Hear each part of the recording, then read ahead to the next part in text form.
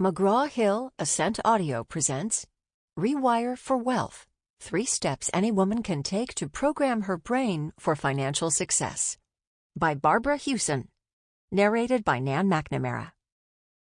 Publisher's note: this book includes journal prompts and question-answer sections. Please have a note-taking device or journal available while you listen to this book. Introduction. Lifting the Fog.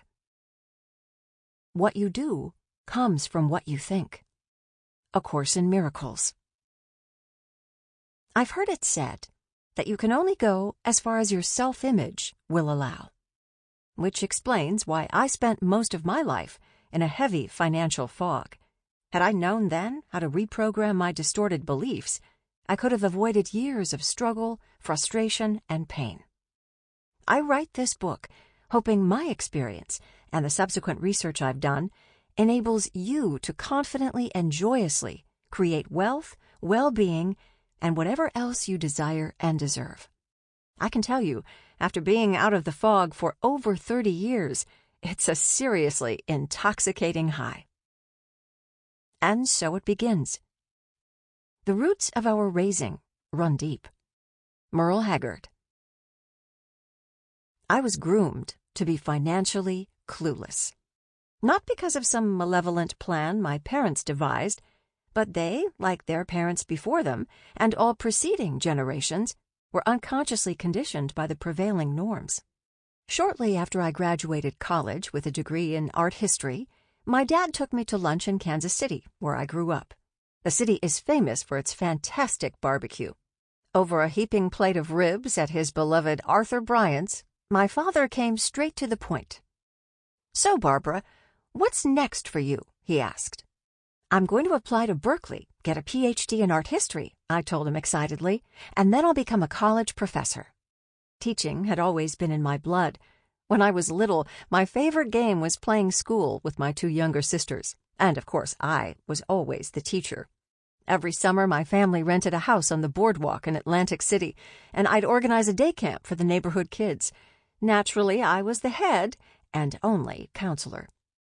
However, my dad had other ideas for me. As he bit into a rib, he murmured, "That's nice," wiping the sauce from his mouth with a large paper napkin, "but you can do that any time. Right now, at your age, it would be much smarter to get married and start having kids." Despite my eagerness to go to grad school, I was unable to disagree with him. I worshipped my father. And it was, after all, the late 1960s. A woman's place was in the home, unless she needed a paycheck. Even then, her choices were severely limited. Growing up, I was not permitted to work, even to babysit, like all my friends. The only job I was allowed to take, unpaid, was during my senior year in high school as a receptionist at H&R Block, serving coffee to waiting clients. My father, Richard Block, founded the business with his brother, Uncle Henry, so he had considerable pull, and I was overjoyed because the job allowed me to skip my afternoon classes.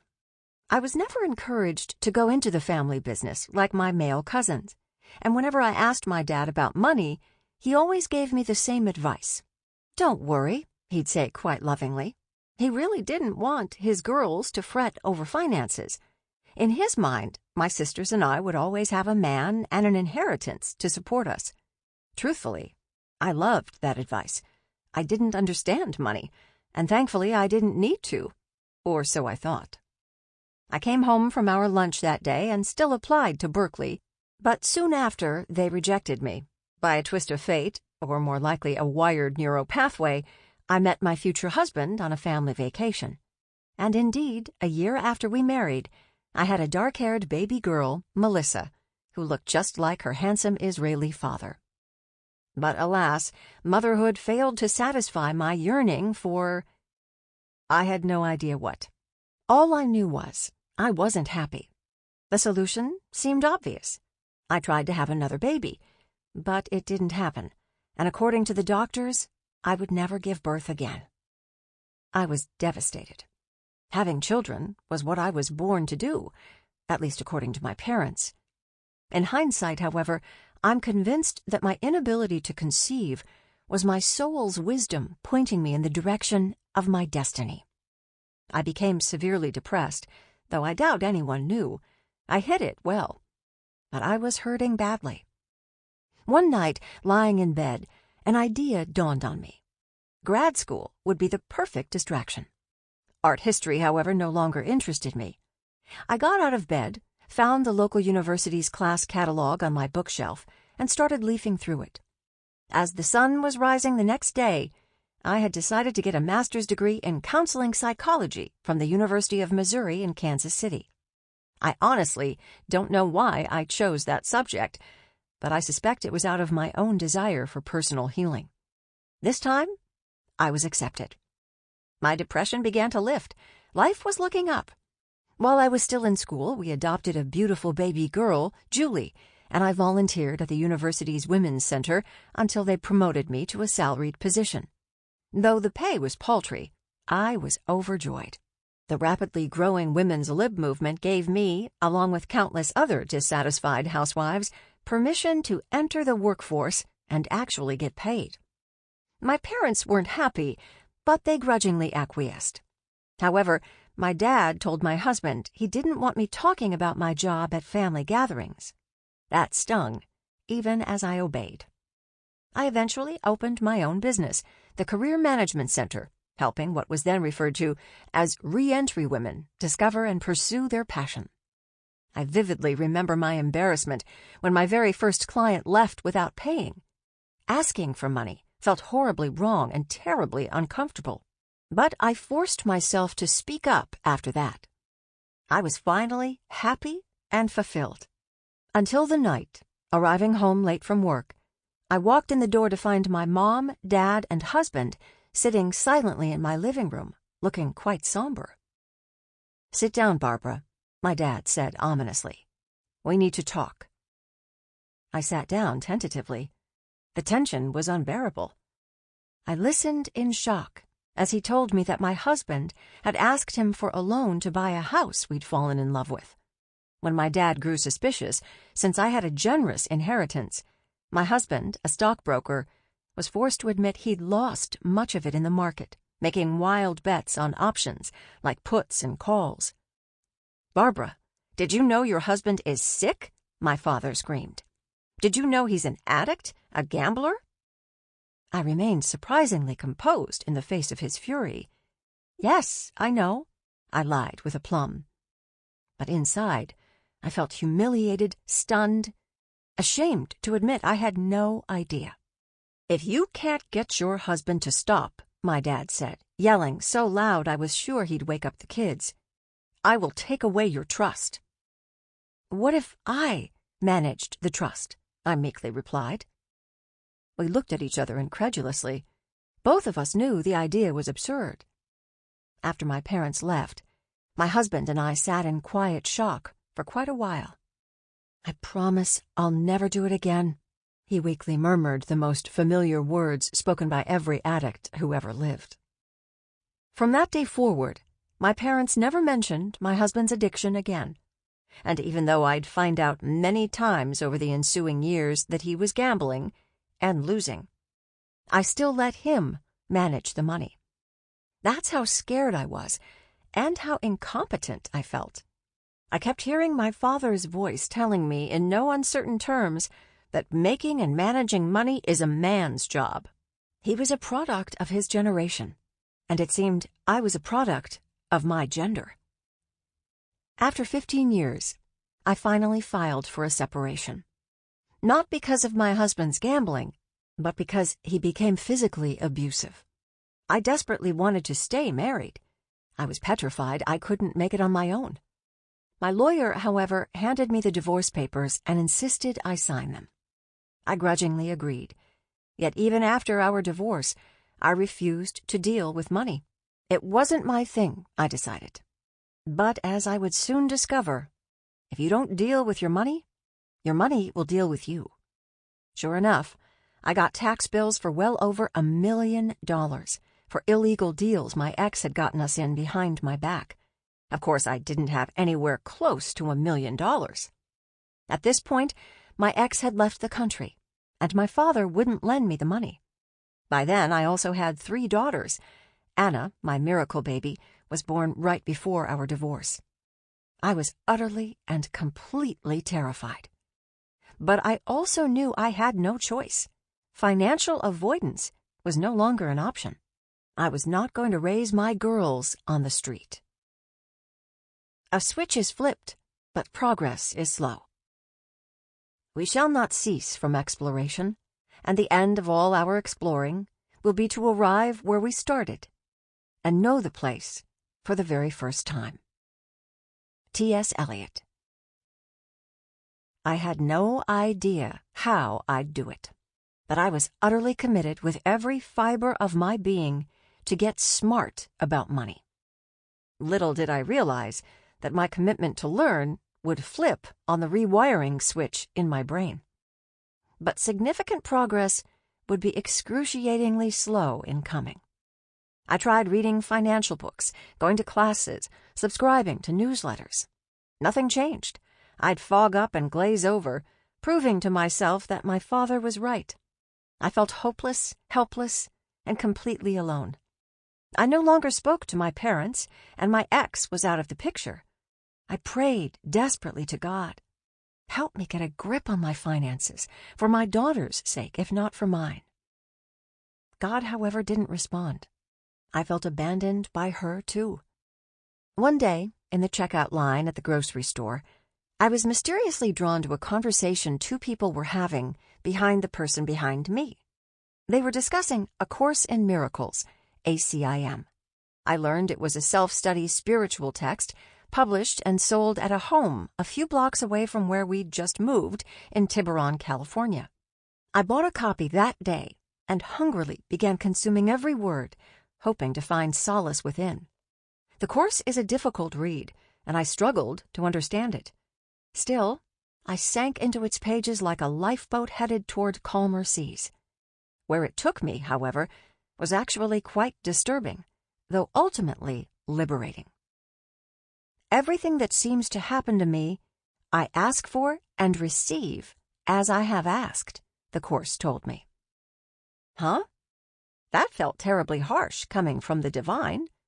No way had I asked for tax bills I couldn't pay or a husband I couldn't trust. But the Course insisted, I am not a victim of the world I see. Or put another way, I am doing this unto myself. I was aghast. How could this financial debacle possibly be my doing?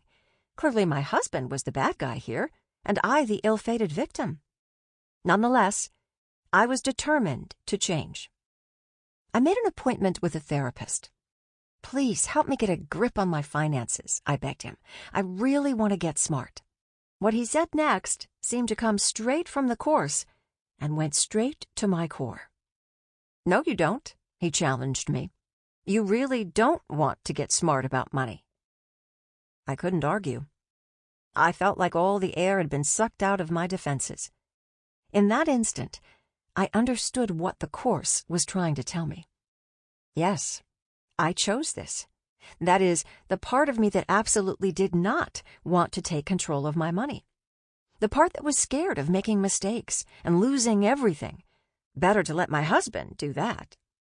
The part that was nervous about my family's reaction to me changing. The part that held on to the belief that I was terminally stupid. But most of all, the part that was terrified that if I became financially savvy, a man wouldn't love me. No wonder you're afraid to get smart, he said. Staying stupid has become an act of self-protection. Once I understood this, my avoidance began to make more sense.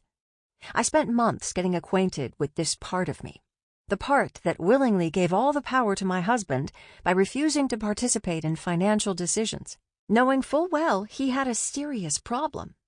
I had indeed been doing it to myself. Once I took responsibility for creating my upsetting past, I became highly motivated to protect my future. I hired a top-notch lawyer who claimed I was an innocent spouse.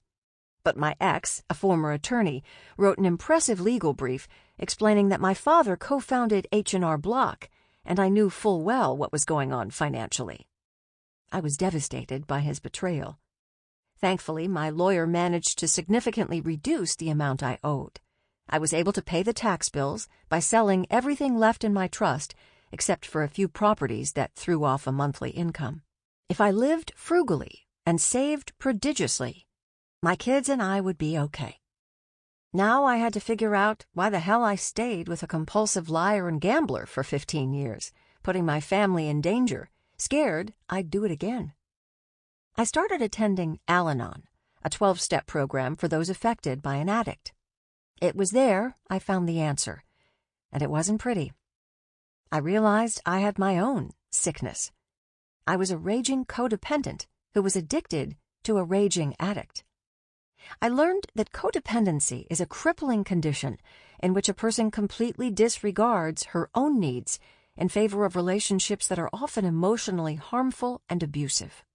I had to chuckle when I read a Psychology Today article explaining that codependency is when two people with dysfunctional personality traits become worse together. Yep, that was my marriage, all right. I checked myself into the Meadows, a week-long codependent treatment program in Arizona. After successfully completing it, I spent the next several years religiously attending Codependents Anonymous and Debtors Anonymous meetings several times a week. Through this persistent work, I began healing the throbbing shame that had forever plagued me, but which I never understood. Hungry for insight and healing, I signed up for personal growth workshops with increasing frequency. These workshops, combined with the personal and spiritual work I was doing, forced me to question my long-held beliefs, individuate from my family, and figure out my personal values and authentic truths. And yet, every so often, I'd pick up a financial book or flip through Money magazine, still to no avail. The fog hadn't lifted.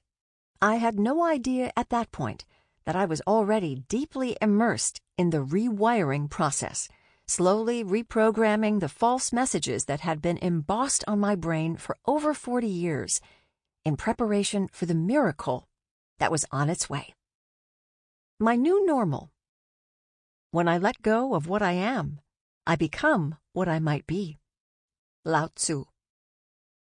5 years after my divorce, I was writing for the San Francisco Business Times when a local nonprofit hired me as a freelancer to interview women who were smart with money. Maybe God hadn't abandoned me after all. During those interviews, women shared with me a series of surprisingly similar insights they'd each had, realizations that enabled them, and eventually me, to get smart about money. Those realizations turned into my first book, Prince Charming Isn't Coming: How Women Get Smart About Money. Spending time with these savvy women and incorporating their insights into my thinking changed my life forever. But the writing was agonizing. I was a working journalist and a syndicated columnist, yet I struggled for 7 years to finish the proposal to submit to a publisher. Only later did I understand that it's not enough to know more or even think differently. I also had to consciously resist the astonishing intensity of old neural pathways while attempting to build new ones.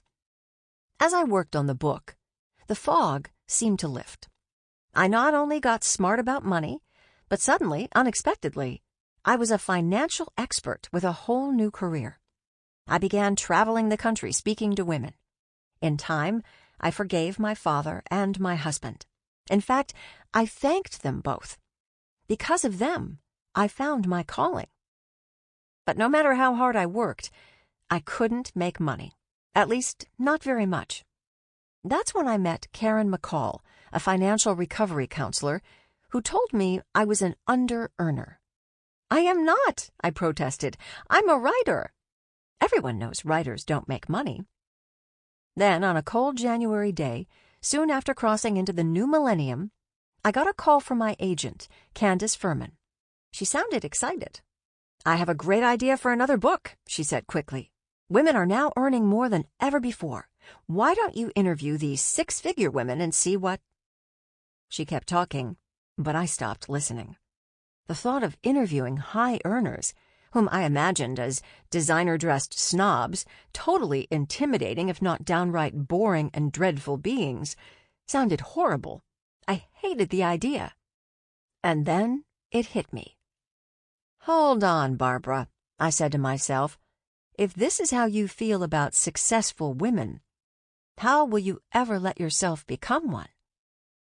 In that instant, an unappealing idea morphed into a personal challenge. I ended up interviewing over 150 women who made $100,000 or more. Among them were several writers. There went my excuse about writers not making money. I not only learned the strategies that enabled these women to become financially successful, but for the first time in my life, I became a six-figure woman myself before I even finished writing the book, Secrets of Six-Figure Women. By the time my next book, Overcoming Under-Earning, was published, I'd been making six figures consistently. So I set a new goal for myself: make millions, help millions, and give millions, which would be the subject of my third book. I began interviewing women making millions. Yet 3 years later, there was no book, no millions, and I was completely burned out. My coach at the time said, "Barbara, you're too into doing. You need time for just being." I knew she was right. The next day, I made reservations at a nearby hotel for a 4-day retreat. Holed up in my cozy room overlooking water, I reread the transcripts of those interviews and discovered what I'd missed. I'd been so dazzled by these women's remarkable success and my desire to duplicate it that I failed to notice the most crucial piece. These women had succeeded in a very different way than the world models. I called this other way sacred success, pursuing your soul's purpose for your own bliss and the benefit of others while being richly rewarded. In writing my next book, Sacred Success, A Course in Financial Miracles, I did something that petrified me. I came out of my spiritual closet, publicly admitting for the first time the key role A Course in Miracles had played in my financial growth. I wanted readers to understand, as I had, that wealth building is not just a practical process, but a spiritual practice, a healing journey, a rite of passage into our power as women. After Sacred Success was published, I experienced a level of financial achievement I never believed possible, which typically occurs when you do what you fear. I honestly thought this was to be my last book. Sure, I had nothing new left to say. Something was missing. There must be a better way to see this. A Course in Miracles. It was after this that I had an experience that caught me off guard. I was suddenly, inexplicably struck by a nagging sense that something was missing. I had no idea what it meant, but the feeling intensified. I lost interest in my work. My passion disappeared. I was done. I awoke each morning, dreading the day ahead, seriously fantasizing about taking a sledgehammer to my business, smashing it to smithereens. This was quite upsetting, shocking, really. It made no sense. I loved what I did. Empowering women was more than a job. It was my mission, my ministry. It was why I was here. I didn't feel I was done working. I was just done with something. But I didn't know what. I still loved counseling and teaching, especially about investing and wealth building. So why was I no longer excited? Could I be sabotaging my hard-won success? I began praying for guidance. For months, I stewed in "I'm done, I can't be done" limbo. Eventually, I just let myself be there, not trying to fix, change, or rush through it, but following the course's instruction to let it be what it is. I canceled classes I'd scheduled, reduced my client load, and wiped much of my slate clean, eliminating distractions in my search for the mysterious missing piece, if there even was one. And I patiently, well, sort of, waited to see what, if anything, was next. It never ceases to amaze me how the universe works when you finally surrender. One morning, while casually checking my email, an article about neuroscience appeared in my inbox. As soon as I saw the word, I was intensely drawn to learn more. I imagined that some part of my brain lit up like a winning slot machine, hollering, "Congratulations! You just found the missing piece." The more I read, the more fascinated I became. My creative juices started flowing. My passion returned. Maybe I hadn't lost interest in my work. Maybe it was just the way I was doing it. Maybe there was a better way to help women take the financial reins. I kept feverishly reading. I learned that women's and men's brains process financial information differently. Men see investing in the market as a challenge. Women see investing as a threat. Since our prehistoric brains were wired for the sole purpose of survival, anytime we feel threatened, our rational brain shuts down, sending us into fight, flight, or freeze mode. Consequently, women tend to avoid the markets in the same way our ancestors fled from woolly mammoths. We fog up in self-protection, become immobilized or hyper-anxious, and feel unable to absorb practical information, reluctant to invest. Or we defer decisions to another, terrified of making mistakes. This explained why I gave my husband all the power. My fear of loss was stronger than my desire to learn. But as it's often said, what you fear, you'll recreate. And that's exactly what I did. I was so terrified of losing money, I stuck my head in the sand, resulting in huge losses. This also explains why once women enter the market, they actually outperform men. Our lack of confidence works in our favor. Men, who are apt to be overly self-assured, tend to trade frequently. Women, with their lack of confidence, tend to buy and hold for the long term, which has proven to be a much better strategy over time. The more I read, the clearer it became. Adding principles of neuroscience to my work with women would speed up their learning curve by cutting through their resistance. Instead of avoiding investing because it feels like a threat, what if they learned how to rewire their brains to become confident investors? Over time, I blended 3 components that I'd long been working with: psychology, the study of the mind; spirituality, specifically mind training as taught in A Course in Miracles; and personal finance, the fundamentals of wealth building, with a 4th, neuroscience, the study of the brain. Weaving together these 4 components, I spent a full year developing my own brand of what one neuropsychiatrist dubbed self-directed neuroplasticity. This book that you now hold in your hands, Rewire for Wealth, gives you a simple 3-step formula for altering the neuronal circuitry of your brain, enabling you to confidently and knowledgeably create wealth and well-being. In the fall of 2016, I introduced the Rewire for Wealth formula for the first time to a room full of women at a 4-day retreat in Chicago. Based on their enthusiastic response, I was eager to dive deeper into the material, working with women one-on-one and in small groups, taking them through the steps over a longer duration of time. I began offering Rewire mentorship programs and Rewire VIP intensives, guiding hundreds of women through this process while I continued to refine it. I was astonished how quickly the steps expedited the learning process and how transformational they were. As one woman, Joyce, described her experience with the Rewire formula, "My life changed so quickly that it was like going up in a rocket ship." I will be introducing you to many women like Joyce who will share their stories as I personally guide you through the Rewire process. If you're like most graduates of my programs, once you understand how to train your mind to rewire your brain, you'll discover the immense power you have not only to take charge of your money, but to change your life. The motto for the University of Oregon, taken from Virgil's Aeneid, declares, "Mens agitat molem," or "Minds move mountains." Those 3 words sum up the inherent power of Rewire for Wealth. Laying the groundwork. "How does one become a butterfly?" she asks pensively. "You must want to fly so much that you are willing to give up being a caterpillar." Trina Paulus.